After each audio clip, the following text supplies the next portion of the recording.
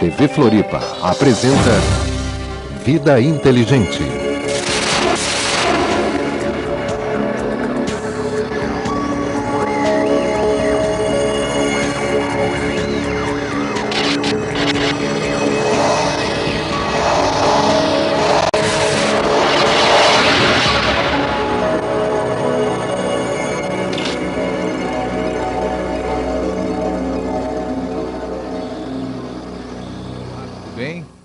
Hoje é um dia especial aqui para o Vida Inteligente, porque há muito tempo eu gostaria de trazer aqui para o nosso programa a nossa convidada de hoje, que é a doutora Gilda Moura, uma pesquisadora psicóloga, pesquisadora especialista em hipnose, em abduções também, abduções, como a maioria de vocês sabe, presumíveis sequestros por seres alienígenas, por seres que a gente desconhece. Então, como ela está radicada em Portugal há quase 6 anos, hoje, na vinda dela ao Brasil e nos fazendo uma visita aqui em Florianópolis, eu tenho a honra de apresentar para vocês a doutora Gilda Moura. Boa noite, Gilda.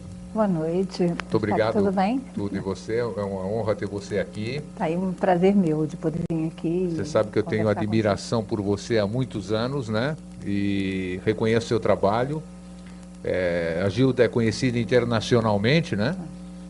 E reconhecida pelas pesquisas, pela sua própria experiência. Mas antes, então, vamos dar início. Gilda, como foi que você, sua formação é psicóloga, né? Isso. Como foi que você se iniciou no estudo, vamos dizer, das abduções alienígenas? Como é que você entrou, uma psicóloga, que a gente chama uma cientista, né? É muito difícil a gente ver um cientista envolvido com extraterrestres, com abduções assim. O que levou você a se envolver com essa temática?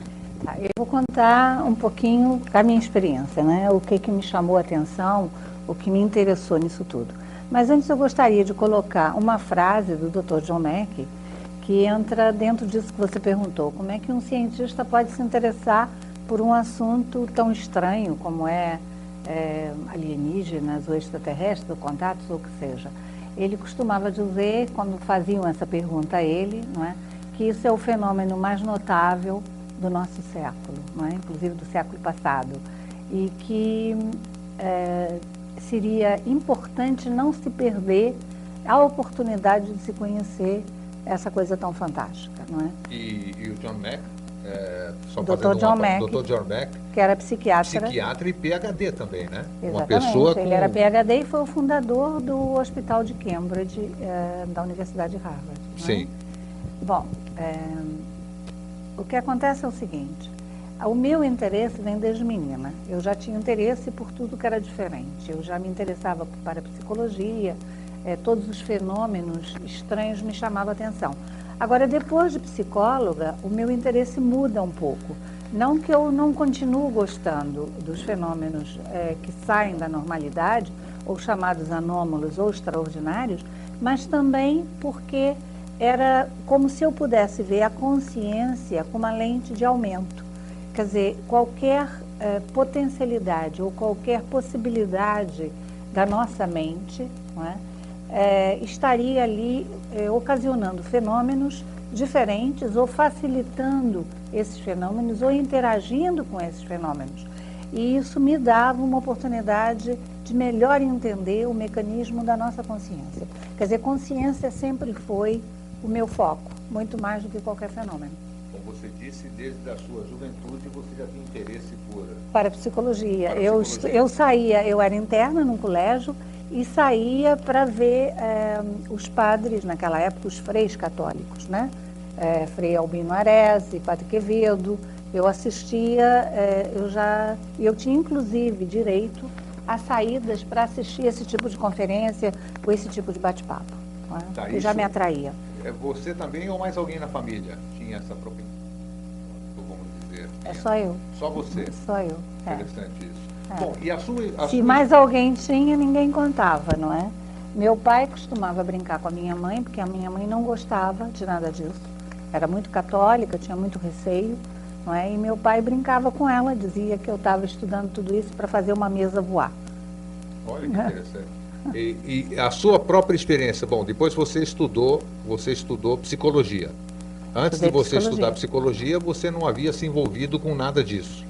Não, eu só assistia, como eu falei, desde garota, a palestra dos outros, não é? E gostava. E o meu interesse estava muito dentro da psicologia ou da parapsicologia, mas dentro dessa área católica, que era o que existia aqui no Brasil. Não é? Existia uma linha que era uma parapsicologia espírita e existia uma outra linha que era a parapsicologia católica. Tá. Aí você fez psicologia.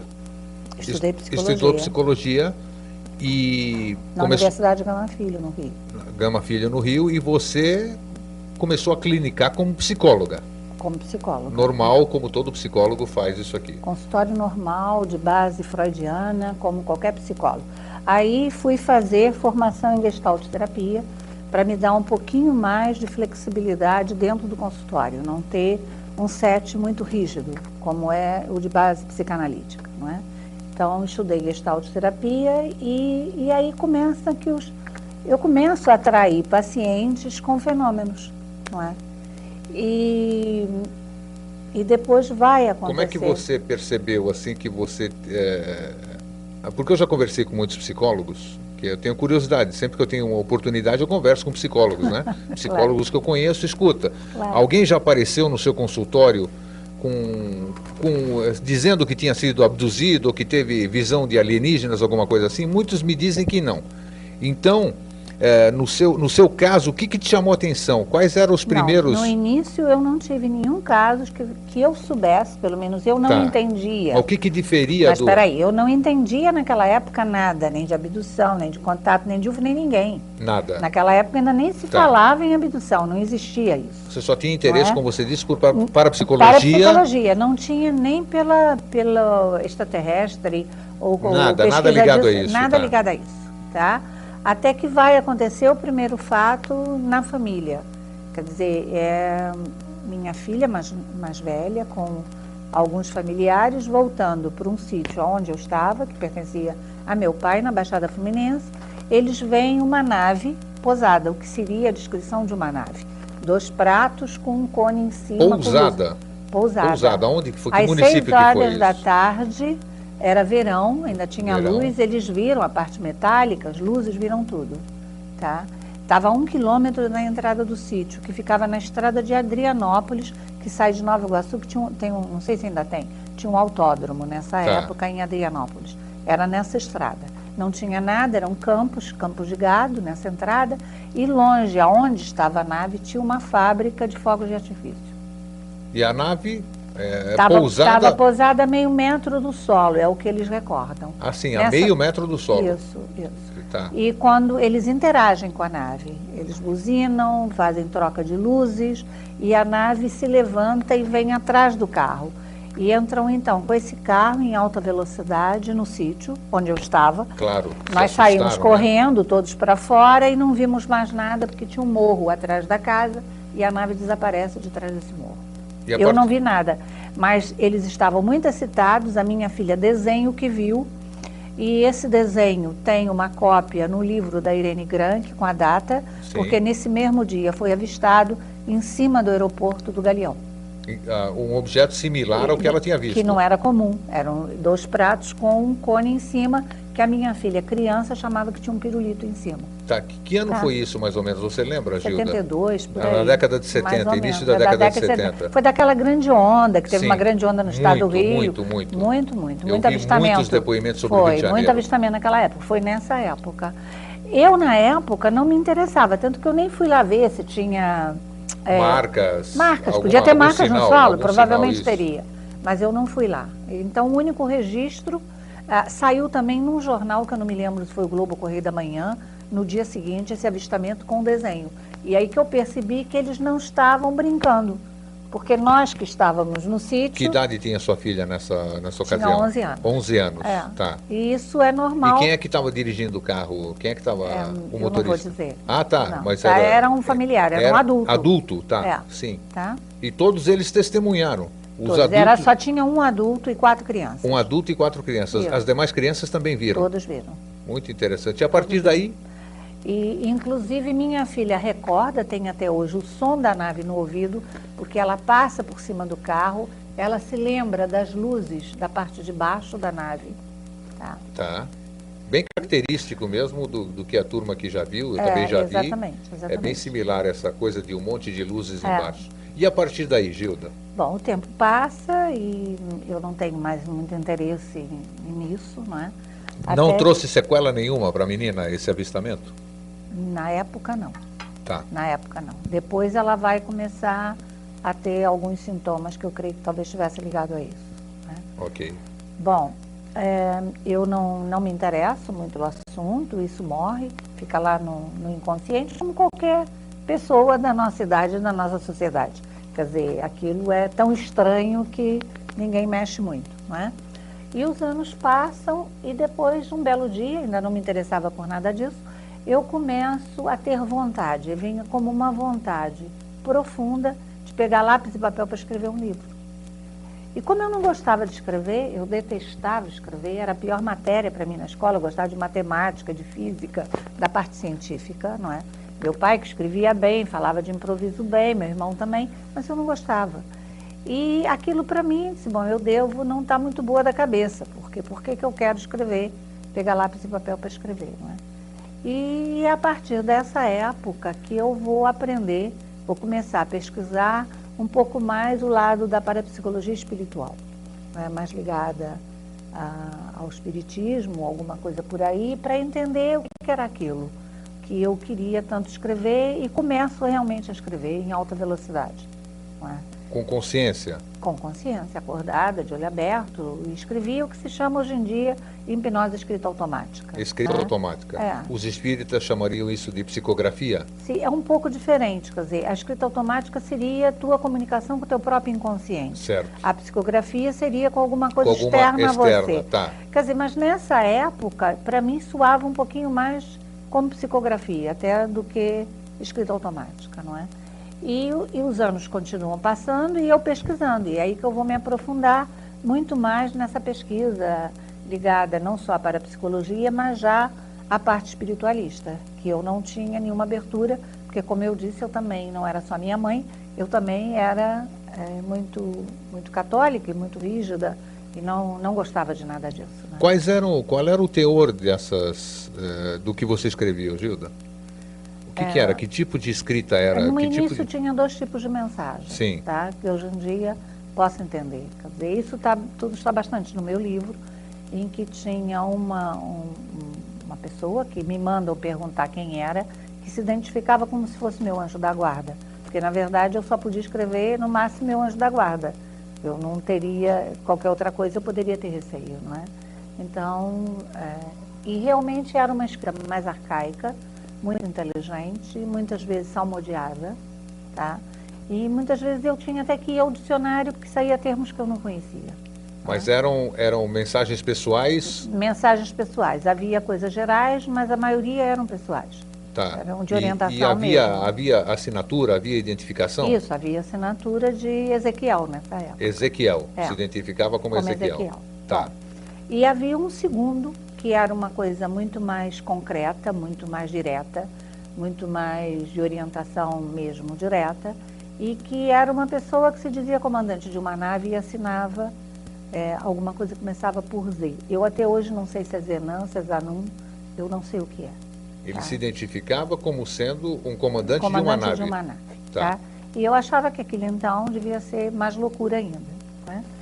E o tempo passa mais um pouco, eu continuo pesquisando o que era isso. O teor das mensagens era diferente do primeiro? Completamente diferente. Completamente diferente. Completamente. Mas também era a nível pessoal ou a nível mais... As duas coisas. As duas coisas também? As duas coisas, Tá, só tinha também mais geral, não era só pessoal. Sim. Bom, e aí eu continuo pesquisando isso e estudando mais profundamente, e junto com meus filhos, com outras pessoas, começo a fazer grupos, mas estudo ainda dentro de uma área de parapsicologia espiritual e espiritualista, muito mais do que ligada aos UFOs ou o que seja. Essas suas, como é que você deu o nome que eu dei de psicografia e você deu de? Escrita automática. Escrita automática. Essa escrita automática deu origem ao seu primeiro livro, Transformadores de Consciência, ou não?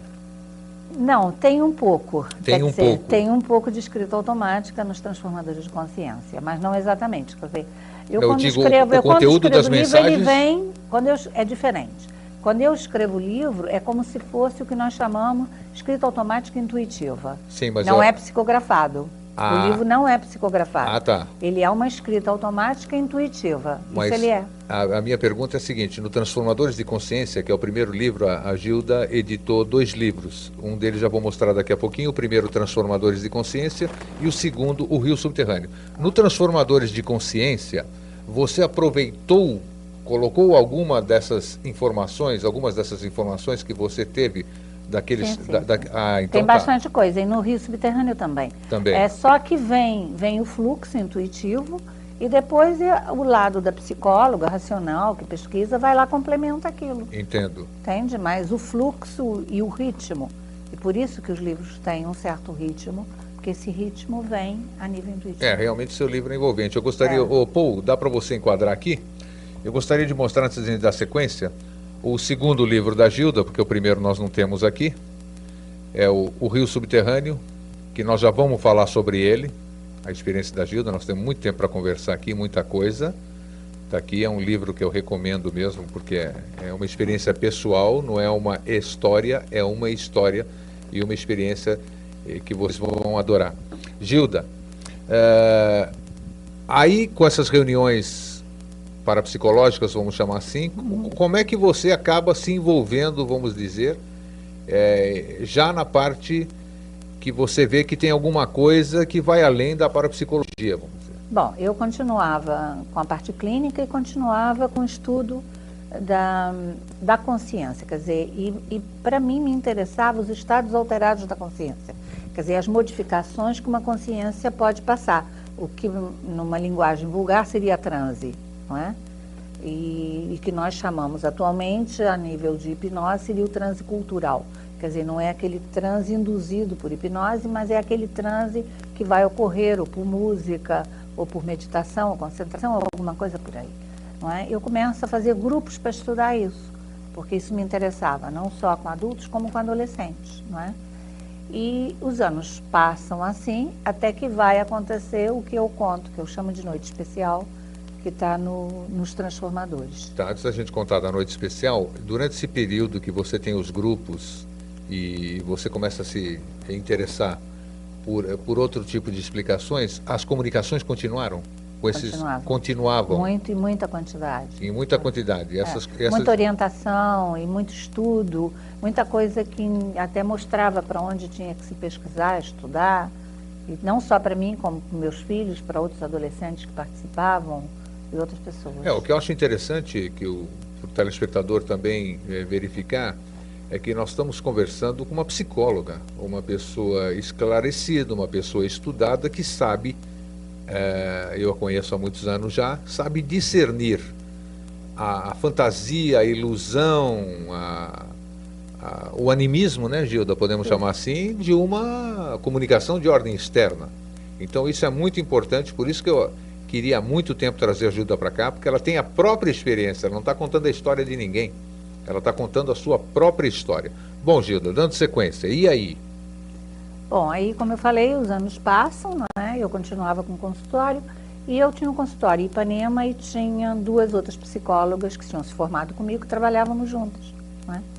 E uma noite eu chego em casa, não é? Isso é muito bom para as pessoas perceberem que o insólito, como eu digo, o extraordinário, pode acontecer a qualquer um, a qualquer lugar, em qualquer lugar, e até em lugares onde você menos pensa que pode ocorrer uma coisa tão fantástica. Eu chego em casa e tinha um convite para ir um jantar, tá?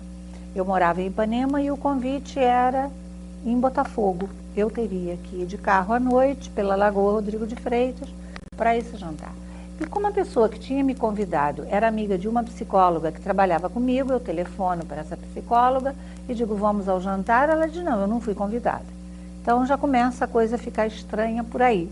Quer dizer, por que eu estava sendo convidada por um jantar elegante, um jantar de alto nível, por uma pessoa que eu mal conhecia e que era amiga dessa amiga minha e não convidou a minha amiga. E aí eu disse, bom, não vou jantar. muito simples, não é? Por que que eu vou a um jantar numa casa que eu conheço as pessoas muito pouco? E ela insiste muito, disse, não, vai. E eu resolvo ir, né? E quando eu estou passando pela Lagoa Rodrigo de Freitas, já acontece uma coisa estranha. Eu escuto um som no teto do meu carro. Que horas era isso, Gilda? Perto de 8 horas da noite? Mais tarde um pouco. O jantar devia ser às 9, devia ser quase 9 horas, isso. não é? E eu escuto esse som como o som, a mim me pareceu como um som, sabe esses gongos imensos que tem no Oriente? Sim, que eles fazem boing bom, e dá aquela reverberação. Exatamente. Tá. Eu ouvi um som assim, mas eu tenho um lado racional que diz que caiu alguma coisa no teto do meu carro, né? Parei o carro, olhei, não tinha nada e segui. Quando eu cheguei no jantar, era um jantar com pessoas todas de língua inglesa, muita gente da ONU, e tinha um casal apenas que falava espanhol. Então eu pensei que era um casal. E eu conversei com eles todos e eu comecei a compreender por que o convite tinha sido para mim. Porque a minha amiga não falava inglês e eu falava. E praticamente 85% das pessoas eram de língua inglesa. Língua inglesa. Bom, durante o jantar foi um pouco sem graça, quer dizer, eu passei o jantar de intérprete, traduzindo as piadas de uma senhora para as outras pessoas. E aí, na hora da sobremesa, eu digo, eu não sento mais nessa mesa, eu vou conversar com aquela senhora, que era a que eu pensava que era esposa do outro, a que falava espanhol. Sim. E por acaso, que eu acho que acaso não existe. Não existe não é? mesmo. Eu tinha sido, naquela época no Rio de Janeiro, que se puxava as correntes de ouro de todo mundo, tinham puxado um cordão de ouro do meu pescoço na saída do meu consultório em Ipanema. E eu comecei a conversar com a senhora, contei isso, e ao contar isso, eu ainda disse que não levar o colar, porque eu estava de suéter e ficou, ela vai e me pergunta sobre parapsicologia, e nós começamos a conversar parapsicologia, tá?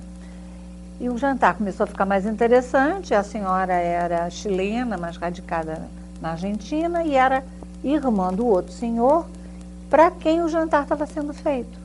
Não é? Na verdade, era em homenagem ao outro senhor, porque era um jantar de negócio. Tá? E aí ficamos conversando de parapsicologia, e esse senhor nos vê falando sobre isso, e diz, eu tenho um amigo que é fantástico, um amigo que tem poderes, mas poderes além de poderes paranormais normais. Eu disse, tudo bem, eu posso fazer o seguinte, próxima semana eu faço um jantar na minha casa. Convido vocês e convido um amigo, e vamos conhecê-lo. Esse casal chileno, né? Então, o casal chileno. Tá. Né? E assim eu faço. Convido também a moça da casa, que tinha me convidado para o jantar, o casal chileno, e alguns amigos meus, e parapsicólogos e hipnólogos. Tá? Convidou essa turma também? Convidei. Tá. Éramos mais ou menos umas 10 pessoas, não é? E o jantar, já desde o início, desde que começa, ele já fica um pouco estranho, porque quando eu sou apresentada a tal pessoa que tinha poderes, ele entra na minha sala, e eu tinha uma sala grande, com muitos objetos, montada por meu pai, e ele, nesse momento, ele entra e só se refere a alguns objetos que estavam na sala que tinham sido realmente escolhidos por mim. Eram os únicos, eram 3 objetos. E ele elogia esses 3 objetos. Sentamos em volta de uma mesa octogonal, né, as 10 pessoas, antes do jantar, servia o uísque para todo mundo, e aqui tinha um bar. E a uma certa altura acaba a bebida e eu me levanto para ir a esse bar, servir o uísque outra vez para as pessoas. Servir vinho e uísque, lógico, não é? E nesse momento esse senhor se levanta e chega perto de mim. E a partir dali muda tudo. O tempo para, eu fico parada, como se eu tivesse, não digo hipnotizada, eu vi a sala, mas a minha mente não raciocinava, eu percebi onde eu estava, tá? E só esse senhor que falava, não é? E era como se todas as pessoas na sala estivessem também paradas. Eu, durante muitos anos, não sabia o que era isso. Só quando depois eu vou estudar abdução, e até num livro do David Jacob, Vidas Secretas, Sim. é que eu vou conseguir perceber o que aconteceu naquela sala. Podemos chamar isso que te aconteceu naquela sala de missing time, com o que a maioria conta como um lapso de tempo, um tempo perdido, ou não? Eu não acho que foi um missing time, porque eu não tinha a sensação de que perdi o tempo. Quer dizer, acho que perdi porque passam-se 2 horas. Ah, passam-se 2 horas, isso é importante, Passam-se claro. 2 horas. E você não se lembra do que aconteceu nessas 2 horas? Alguma coisa do que ele falou Só. durante essas 2 horas. Tá. A sensação que eu tinha é que ele estava me passando num raio-x, literalmente num raio-x. Ele era como se ele soubesse tudo de mim, mas tudo. Não é como um vidente ou um parapsicólogo. Eu entendia disso bastante. Claro. Eu estudava 10 anos. Claro. Não é? Não era isso. Era como um raio-x mesmo, é como um saber profundo do meu passado, do meu futuro, do meu destino. É só isso que eu me lembro. E ele explicou o que ele era, o que ele estava fazendo aqui no planeta e o que eu estava fazendo aqui. Bom, o que você está dizendo, então ele identificou-se como de fora do planeta? Não, ele não se identifica como de fora do planeta Sim. nesse momento. Depois ele vai falar alguma coisa assim. Tá. Ele se identifica como um contatado, Ah, sim. que teria sido contatado no vulcão da Ilha das Canárias. Ilha das Canárias. É. Tá. Tá? Que ele teria tido um contato próximo nesse vulcão. Tá? E que ele estava aqui para ajudar essa transição do planeta e que eu também estava ali com o mesmo papel. Tá? Eu não perguntava nada, porque a minha mente só ouvia. Era como se estivesse mesmo paralisado. A única descrição parecida com o que eu senti, tem um vídeo da Shirley MacLaine, quando ela vai contar as minhas vidas e que ela vai contar o contato dela, Sim. em que ela conta nos Andes, mas não é o que ela sentiu frente ao pintor, mas sim quando o pintor conta para ela o que ele sentiu na frente da extraterrestre que ele chama de Maia. Isso. A descrição dele, do que ele sente na frente de Maia... Bate muito com o que você sentiu. Exatamente. É Tá. aquela sensação de raio-x completo e não falei nada. Não é? Passado então esse... Bom, até que ele faz isso, que é como uma volta de uma hipnose. Tá. Não é? O Ele estalar diz, de dedos? Ele estala os dedos e diz, agora nós voltamos. E quando ele diz, agora nós voltamos, a sala inteira se movimenta. Agora, vocês lembram, eu me levantei para servir bebida, os copos estavam vazios. Sim. Eu tinha treinado uma empregada para entrar toda hora na sala para recolher copos. Claro. Tá? Passou-se 2 horas, ninguém foi ao banheiro, a empregada não entrou, ninguém veio servir copo, ninguém se levantou. Tá? Até esse momento. É como se ali o filme começasse a se movimentar outra vez. E uma amiga minha, psicóloga, chega perto de mim e diz, são 11h30, você não vai servir o jantar? Puxa Eu não tinha vida. servido o jantar nem nada, até as 11h30 Ela da noite. sentiu a fome, né? Claro. Claro. Porque isso me convidou para jantar e não tem Não a comida. serve jantar às 11h30 da noite, imagina. Bom, jantamos, eles também jantam normalmente, não é? E quando termina o jantar, sentamos em roda de novo e ele vira para o grupo inteiro e pergunta o que vocês sentiriam se tivesse um extraterrestre no meio de vocês. Que pergunta, hein? Ninguém fala nada. Claro. A pergunta é tão estranha que ninguém responde. Não é? E aí? Bom, ele aí senta depois do meu lado, me dá a mão e diz, a sua vida muda em 15 dias. E realmente muda tudo na minha vida. A partir dali muda minha consciência, até porque depois, muitos anos depois, é que eu vou entender que eu recebi o que os orientais chamam de Shaktipakas, eu tive um estímulo na minha energia da Kundalini e passo a ter todos os sintomas e os fenômenos ligados a isso, sem saber. Quer dizer, eu achava que eu estava levando choque elétrico, Tá. e não era, inclusive caiu que a Kundalini clássica, ela começa pelo dedão do pé, isso eu sei hoje em dia, porque Sim. naquela época eu não sabia nada. Claro. Eu vou estudar isso tudo depois. Eu perco as 2 unhas do dedão do pé, ficam pretas e caem. Sem você bater em lugar nenhum? Nada, nada. Isso é normal, a Kundalini clássica começa pelo dedão do pé e um dos sintomas é A queda das a unhas. queda das unhas. É. Puxa. ela renasce depois, eu não fico sem unha, né? Claro. Mas E realmente em 15 dias começou a acontecer isso tudo. tudo. E inclusive ele diz para mim assim, quando você quiser se comunicar comigo, basta pensar em mim. Que aí você se conecta. A primeira vez que eu tento fazer isso, não é? Eu nunca tinha saído do meu corpo, nem sabia o que era isso, né? Eu simplesmente vejo uma luz girando em alta velocidade aqui, que hoje em dia sei que é esse chakra. Não O é? frontal. Naquela época não sabia, nem sabia o que era chakra. Isso aqui está rodando, vejo luzes coloridas em alta velocidade e já me vejo fora do corpo voando por cima do planeta. Por A cima do primeira vez planeta. do planeta. É a primeira vez em que eu penso nele. Não é? Caramba.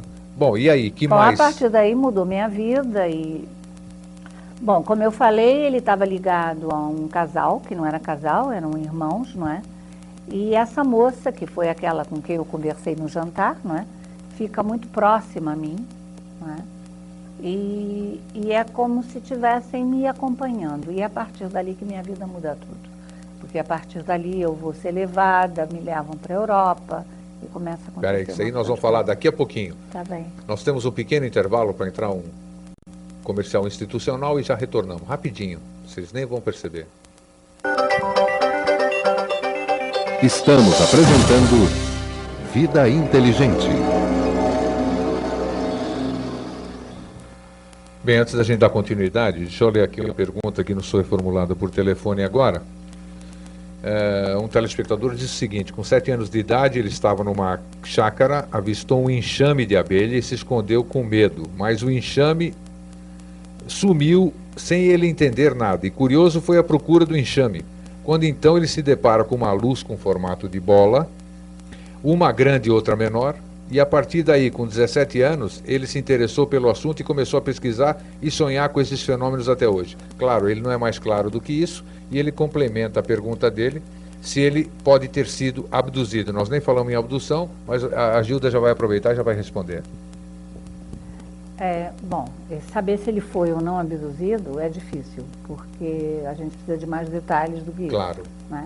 E mesmo fazendo uma regressão ao acontecimento, uma regressão muitas vezes não dá para se perceber bem se a pessoa teve ou não um rapto ou uma abdução.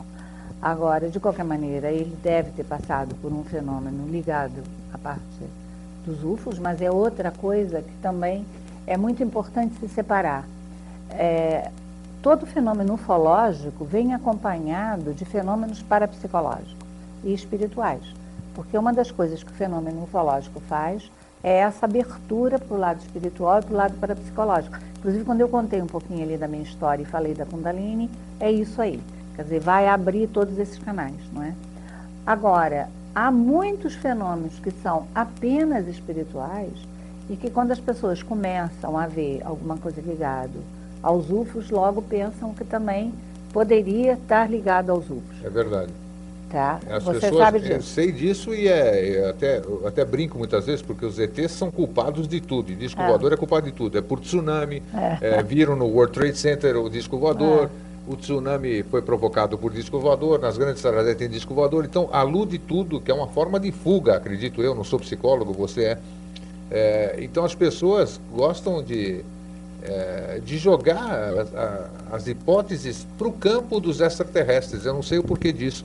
Foi muito bom você tocar nisso, inclusive, porque você estar falando sobre isso, para a pessoa saber discernir, porque discernimento é a palavra-chave, né, Gilda? Exatamente, exatamente. Quer dizer, no caso dele, até pelo som das abelhas, quer dizer, é um sonido... É o zumbido, né? É o zumbido das abelhas é o som de helicóptero e o zumbido de abelha, não é? Que é muito comum em todos esses fenômenos. Né? No entanto, até no caso, por exemplo, do aparecimento da Virgem de Fátima, não é? Tem o zumbido. Isso, em tem 1917, né? Exatamente. Quase 100 anos agora. E tem esse som, esse som das abelhas, não é?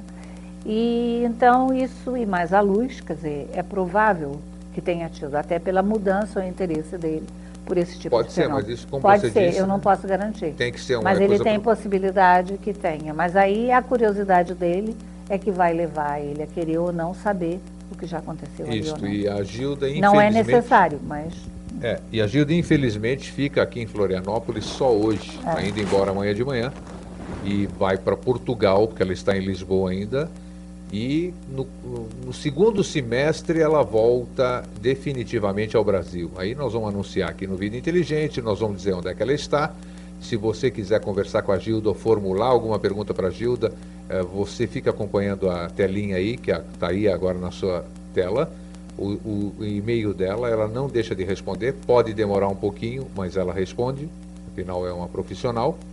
E quem sabe no segundo semestre ela vai estar no Brasil e ela vai poder atender todas as pessoas que se afligem com o acontecimento, que querem compartilhar e querem compartilhar com alguém que teve o mesmo tipo de experiência, né, Gilda? Você mesmo acabou de dizer que isso transformou sua vida, né? Sim, completamente.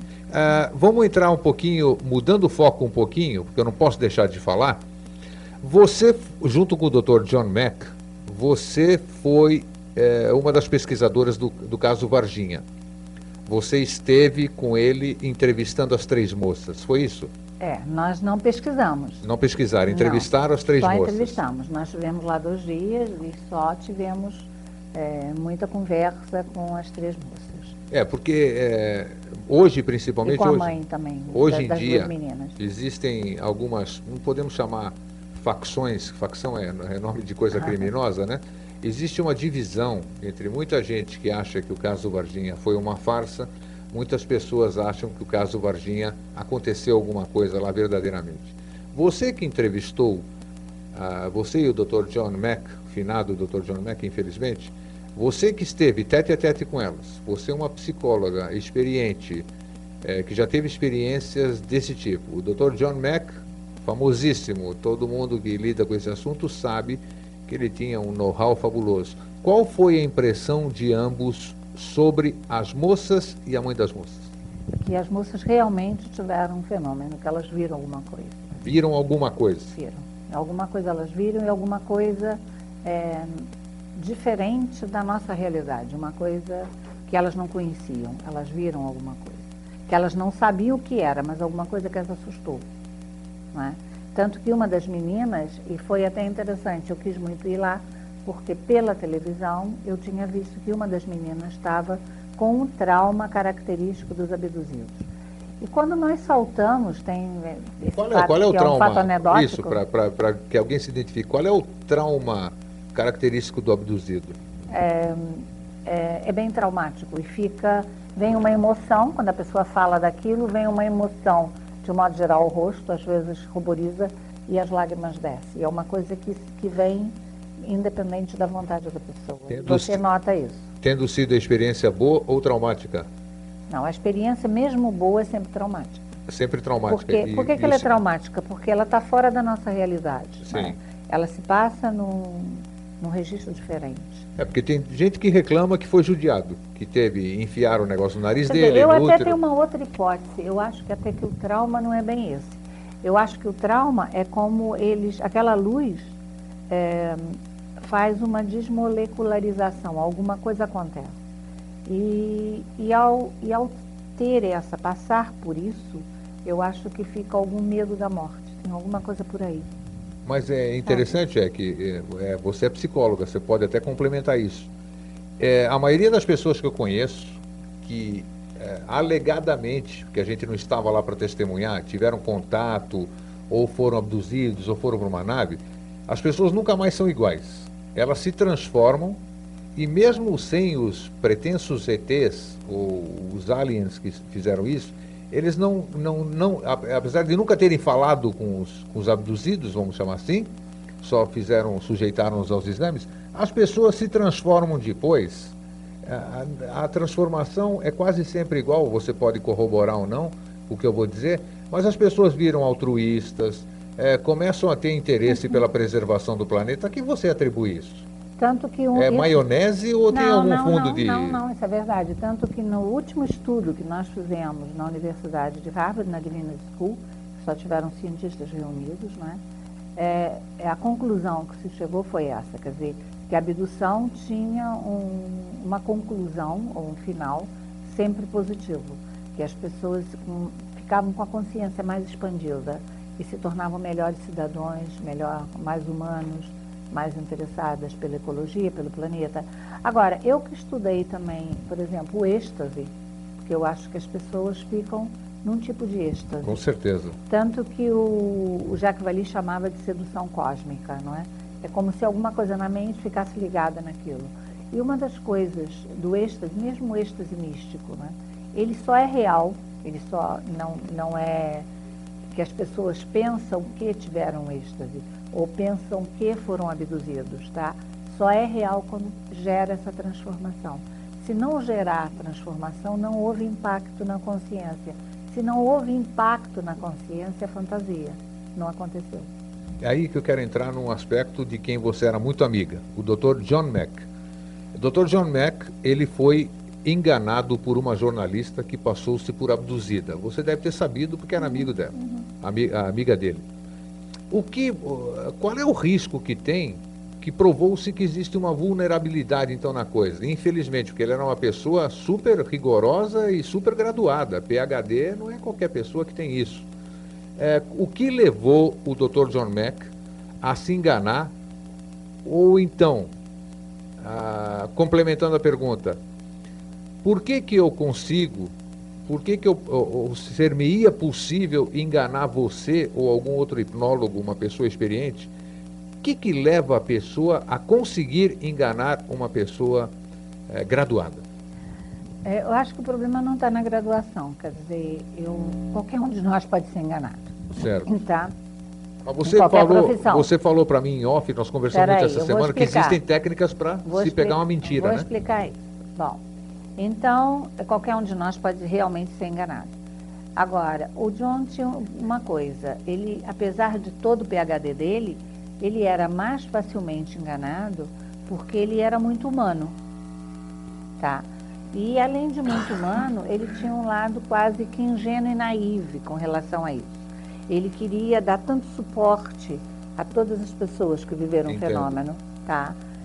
Dentro da realidade, o paizão, dentro da realidade, da expressão da pessoa, tá? Que ele se preocupava, talvez pouco, se estava sendo enganado ou não. Não via maldade naquilo lá que ele está? Não. Nesse sentido, eu não sei se é porque eu vivi a experiência. Eu talvez seja até mais cética, ou tenha um pé mais atrás. Quer dizer, eu para aceitar a abdução, não vou dizer que eu não posso errar, mas eu vou tentar separar. Ou talvez também faltasse no John, ele era psiquiatra, tudo isso, mas ele não tinha o desenvolvimento de mediunidade, de transe, dessa parte Compreendo. De paranormalidade, estudo de paranormalidade, que eu tive antes. E talvez por isso era mais facilmente confundido ou enganado. A abdução, Gilda, outra coisa que a gente não pode deixar de perguntar aqui. Muitas abduções dizem, e parece que isso é verdadeiro, são, na verdade, fugas ou máscaras de problemas de ordem sexual, estupro, essas coisas. O que há de verdade nisso? Isso rola muito, inclusive nesses grupos pela net, passa muito esse tipo de afirmação, tá? Acontece que as pessoas afirmam coisas, tá? Só porque leram. Não tem prática nenhuma, tá? E não sabem o dia a dia de um consultório. O que acontece? Eu acho que um pesquisador como o David Jacob, que é historiador e hipnólogo, até pode ser enganado um pouco por essa área sexual, tá? O psicólogo já é mais difícil. E tanto John Mack quanto eu, o que nós encontramos muito mais, até porque a abdução não é uma coisa tão conhecida, ainda mais quando nós começamos a pesquisar. Nós encontramos muito mais o contrário, o Dr. John e eu. Pessoas que vêm ao consultório tendo a fantasia de que foi abusado sexualmente na infância, tá? E depois vai se descobrir uma abdução. Então, é o contrário. Mas é um erro de interpretação, então, Exatamente. que existe um fundo de uma relação entre as duas coisas. Mas eu não acho que a abdução não cobre o que foi abusado na infância. Primeiro porque é completamente diferente. Claro. Existe uma reação pós-traumática, tá, parecida do abduzido com uma pessoa que teve um estupro, foi vítima de um estupro. Ou lá o que seja. Só que a pessoa que foi vítima do estupro e não é abduzida, ela vai ter as reações pós-traumáticas e vai ter toda a dificuldade da cura desse trauma. Entendo. Tá? O abduzido não. O abduzido, do momento em que ele recorda a abdução e aquela emoção de medo é desprogramada, ele fica muito bem. E ele se transforma e expande a consciência, que não vai acontecer com o outro, que foi só estuprado. Você... Até porque ele não tem a área espiritual aberta para a normalidade com toda essa subida de Kundalini que o abduzido tem. E tem uma outra coisa que as pessoas não sabem. Você sabe que eu tenho um estudo das ondas cerebrais. Sim, não sim, é? nós conversamos com sobre isso. mapeamento cerebral e tudo isso. E descobriu-se que a abdução se passa numa frequência mais alta do que o funcionamento do seu cérebro normal, tá? E o que que acontece? A minha sensação e do John Mack, quando nós dizíamos que a memória da abdução era como um disquete separado dentro do computador das outras memórias, tá? Hoje em dia, para mim, eu não posso provar isso é uma hipótese, mas eu acho que o registro dela é numa frequência mais alta, portanto ela não se confunde com as outras memórias. Você conheceu pessoalmente o Travis Walton? Não, não pelo filme, que o filme está errado, mas errado. pelo documentário. Tá. Eu até na apresentação do meu primeiro livro, eu jogava meia hora do caso dele, que para mim é o caso melhor dentro da ufologia. Eu estive duas ou três vezes com o Travis Walton, conversando com ele, inclusive eu ciceroneei ele durante 2 dias, então eu tive muita oportunidade de conversar com ele, em particular aqui. É uma pessoa com um olhar perdido, ele tem um olhar perdido até hoje, é uma pessoa que praticamente... Segue com trauma. Ele está vazio, é uma pessoa que é difícil ele sorrir, quando ele sorri ele tem uma dificuldade para sorrir. E eu perguntei para ele se ele teve alguma outra experiência além daquela, que aconteceu em 75, e ele disse que nunca mais. Mas ele tem medo e ele sente que pode acontecer novamente a qualquer momento. É normal um trauma em abduzido igual o do Travis Walton que eu estou te passando, que eu senti nele? Eu acho, e inclusive acontece o seguinte, pela minha prática com os abduzidos. Não, só uma parte, o Travis Walton é o personagem fictício, né, que fizeram do filme Fogo no Céu. Só que o filme... Não condiz, ele falou que ele vendeu os direitos e eles fizeram toda aquela palhaçada, não existe aquela gosma, não existe nada daquilo. Não existe abdução. E é verdade. Não. E as pessoas que veem aquilo ficam achando que a abdução é aquilo e não é. Bom, o que acontece é o seguinte, fica um registro de uma experiência, tá? Junto com uma emoção, porque toda memória, tá? A emoção está lá junto, tá? E essa emoção, ela tem medo, ela é traumática, não é? Então, se quando eu recordo o episódio da abdução, eu não desprogramo essa emoção, tá? Eu estou enfatizando isso mais. E se a pessoa o abduzido que tem o trauma, não for fazer essa desprogramação, ele vai seguir com esse trauma. Ele pode arrumar a história dentro dele, ele pode se reintegrar numa vida cotidiana, ele pode ficar bem, fazer palestra, tudo por aí, mas lá num cantinho o trauma está lá. E ele não faz, ou vai demorar muito a fazer, a transformação. Tá? E a transformação é que vai trazer de volta a alegria, o brilho nos olhos, a facilidade de lidar também com tudo isso. Agora, o abduzido, o real abduzido, de um modo geral, ele tem luz nos olhos, não tem esse embaçado. Não, o dele tinha e me marcou, porque sabe que a nossa identidade está nos olhos. Agora, esse olhar perdido, ele pode estar lá preso ainda o episódio até hoje. Com certeza. Não trouxeram ele de volta. Por falar nisso, uma pergunta que fizeram hoje, essa semana, numa comunidade de ufologia que eu participo, eu queria saber como é que você responde. Por que todo o abduzido depois gosta de dormir com a parede protegendo ele, com a cama encostada na parede? Tem alguma coerência, algum nexo? Você, dentro do seu estudo, você percebeu alguma coisa nesse sentido? E o que poderia ser? O que significaria essa parede? Não, eu tenho muito abduzido que não consegue dormir no escuro. Não consegue dormir no escuro, tá? Mas parede não tem esse relato. Parede não. Circulou também na internet há alguns anos uma lista, eu apresentei inclusive aqui no Vida Inteligente, quem assiste toda semana deve lembrar, 50 evidências levantadas pelos hipnólogos, pelos pesquisadores de abduzidos, 50 evidências em comum que tinham esses abduzidos.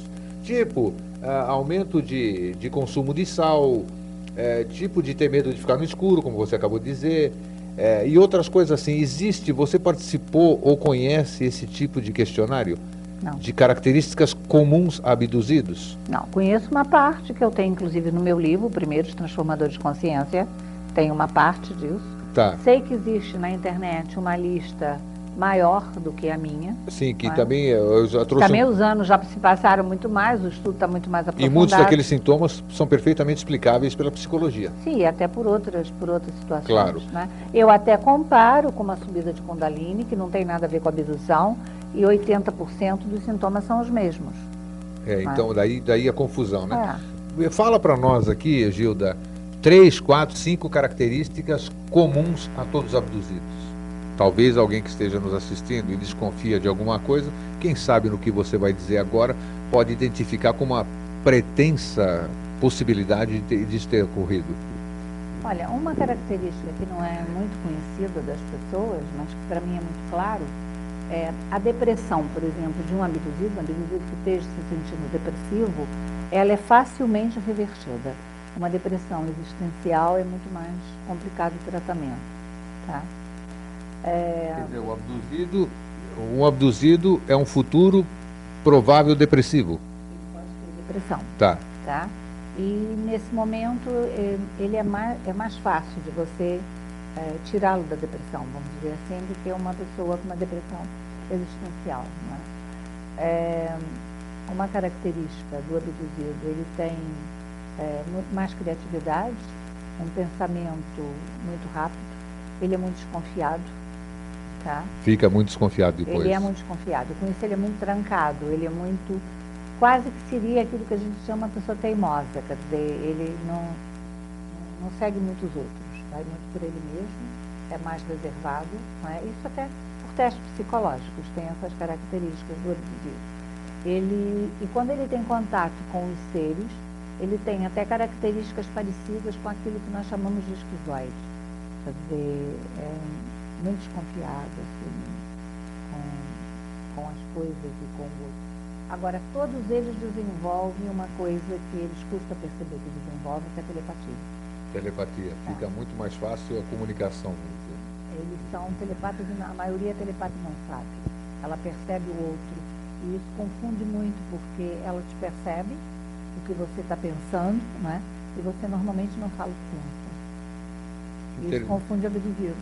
Me diz uma coisa, nossa, nós estamos quase terminando o programa, nós temos muita coisa, não vamos falar nenhum caso pesquisado pela Gilda, porque nem tem tempo isso aqui, e também a própria ética, apesar de que a gente não precisaria citar nomes. Como uma pessoa pode passar uma vida inteira com um problema, que nem você sabe, eu tenho um que está no meu livro ali, que eu já falei para você, qual é, e convivo com ele. E mesmo que eu não soubesse, que eu não estudasse ufologia, que não fosse interessado pelo assunto, a minha pergunta é a seguinte, uma pessoa pode ser abduzida e passar o resto da vida sem saber que foi abduzida? Pode. A abdução pode ser totalmente inconsciente. E eu não sabia disso. Eu, quando li isso pela primeira vez, foi num livro do Buddy Hopkins. Tá? E eu achei que ele estava colocando coisas na cabeça das pessoas, não é? Até que eu vou deparar isso com o caso de uma filha. Uma filha sua? Uma filha minha. Tá. E outra coisa. E que era totalmente inconsciente. Existe no meio a afirmação de que não existe caso isolado numa família. Não, a abdução é familiar. É familiar, né? Com certeza, se a filha foi abduzida... Mas não se a filha é abduzida, ou o pai, ou o avô, não necessariamente o pai. Já foram também. Mas pode ter sido o avô, sim, não ter sido o pai. Sim. E nem todos os filhos são, tá? Quer dizer, então, eu tive conversando, eu tinha uma filha que, justamente até essa que é abduzida, que ela fez mestrado em clonagem e em inseminação artificial. Inclusive, ela participou da clonagem das vaquinhas que tiveram lá nos Estados Unidos. Sim. Né? E eu tive com o professor dela na universidade, né? Falei um pouco sobre a minha pesquisa das ondas cerebrais e essa parte da abdução, da coisa. E ele foi categórico. Ele diz que é familiar, tem um traço genético. Seria uma pergunta até boba. Você está convencida, depois de todo esse tempo que você lida com abduzidos, fez hipnose, você está convicta, sem sombra de dúvida, de que o fenômeno realmente existe? Por que eu faço essa pergunta? Tem muita gente que não acredita em abdução e que gosta de ufologia e tudo isso aqui, diz que isso aí é uma mentira, ninguém provou nada, nunca se trouxe, ninguém trouxe das pretensas viagens dentro de nave ou outro planeta, ninguém trouxe uma graminha, um pedaço de grama, alguma coisa que roubou de dentro de um disco voador.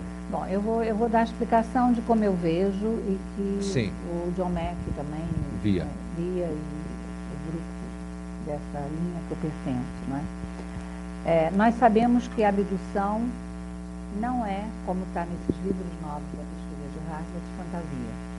Não é fantasia. Não é um fenômeno, não é um sintoma psicopatológico, não tem patologia no abduzido. Tá?